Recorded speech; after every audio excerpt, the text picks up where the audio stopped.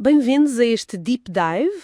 Hoje vamos mergulhar aqui nos capítulos 2 e 3 da Epístola aos Hebreus. Exato.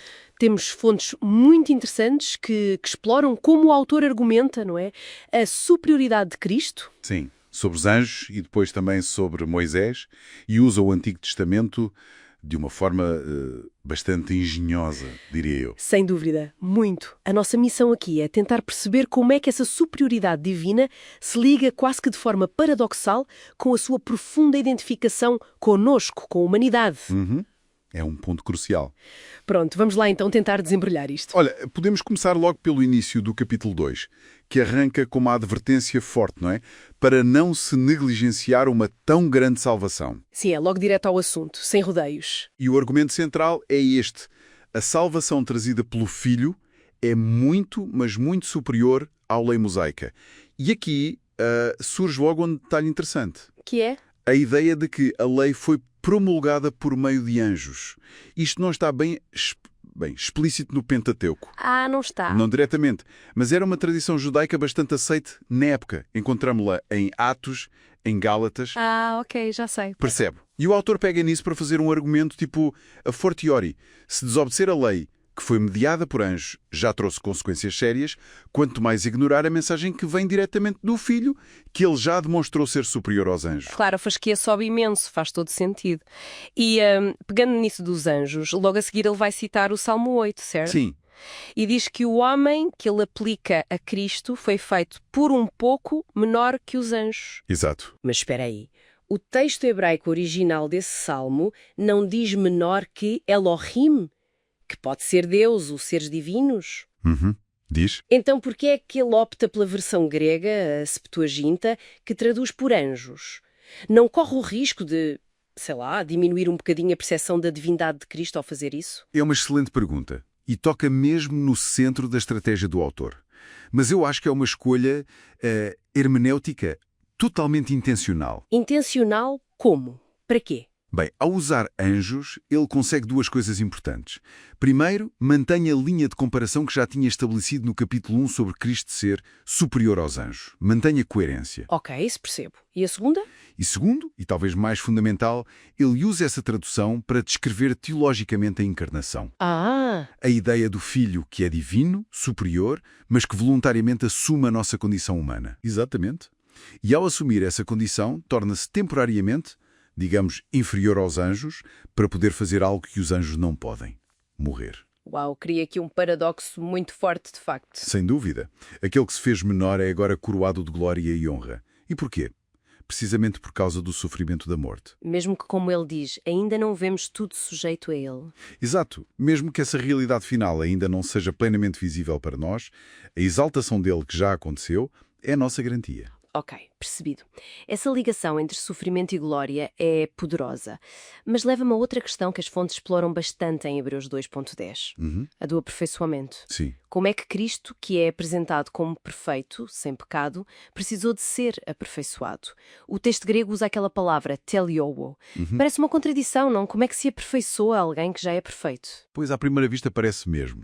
Mas aqui o significado de teleoau é mesmo a chave para desfazer essa aparente contradição.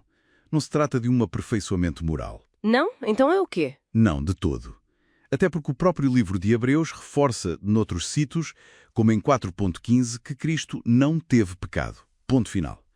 O termo teleoau aqui tem mais o sentido de levar à meta, completar uma tarefa ou, talvez melhor ainda, qualificar plenamente para uma função. Ah, qualificar. Ok, assim já faz mais sentido. Sim, penso que sim. O sofrimento não o purificou de alguma falha moral, porque ela não existia, mas sim qualificou-o, podemos dizer, vocacionalmente. Como assim? Vocacionalmente? Equipou-o. Foi através da experiência humana real, incluindo o sofrimento e a morte, que ele se tornou aquilo que precisava de ser para nos salvar, o sumo sacerdote misericordioso e fiel e também o Arregos. O Arquegos. O pioneiro, não é? Exatamente. O pioneiro. O líder que desbrava o caminho para nós. E só o pode fazer porque ele mesmo percorreu essa mesma senda difícil. Toda ela. Gosto muito dessa imagem do pioneiro, alguém que partilha a nossa condição para nos poder guiar. E essa linha de pensamento que liga a superioridade à solidariedade parece continuar no capítulo 3, certo? Agora na comparação entre Jesus e Moisés? Exatamente. A lógica é semelhante. E mais uma vez temos de estar atentos à subtileza da linguagem que o autor usa. Como no caso da tradução de Elohim para anjos? Sim, algo parecido. Aqui Moisés é chamado terapon, em Hebreus 3.5. O autor está a citar Números 12:7, da Septuaginta. E esta palavra terapon é importante. Não significa um simples escravo, um doulos. É diferente. Qual é a nuance?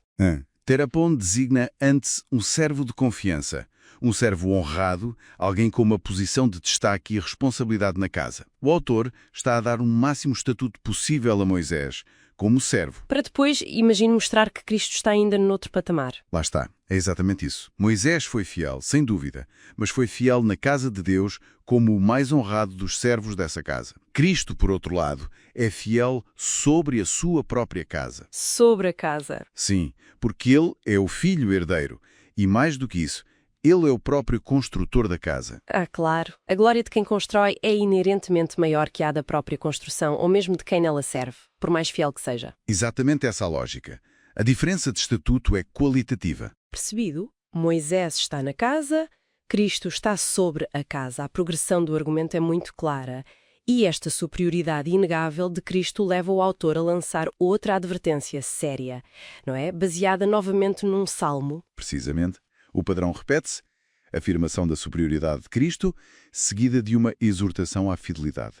Agora ele vai buscar o Salmo 95. O salmo que recorda a rebelião da geração de Israel no deserto. Exatamente, a história de Massá e Meribá, onde eles tentaram a Deus. E a chave hermenêutica aqui, a forma como o autor usa este salmo, está na palavra hoje, em grego semeron. Hoje, se ouvirdes a sua voz, não endureçais os vossos corações. É essa mesma passagem. No contexto original do salmo, esse hoje era, muito provavelmente, um apelo litúrgico ali, no presente daquela comunidade que cantava ou recitava o salmo. Mas o autor de Hebreus pega nesse hoje e eleva-lo a uma dimensão escatológica. O que quer dizer com dimensão escatológica? Quer dizer que, para o autor de Hebreus, hoje passa a designar a era messiânica que os seus leitores estão a viver, o tempo decisivo que foi inaugurado por Cristo. É o nosso hoje, por assim dizer. O tempo da oportunidade final. Sim, é o tempo da oportunidade decisiva para ouvir a voz de Cristo e não cometer o mesmo erro trágico da geração do deserto, o erro de endurecer o coração pela incredulidade. Portanto, é um hoje carregado de urgência e de consequência. Sem dúvida. É o tempo da decisão fundamental. Bem, acho que conseguimos ter aqui uma boa panorâmica destes dois capítulos.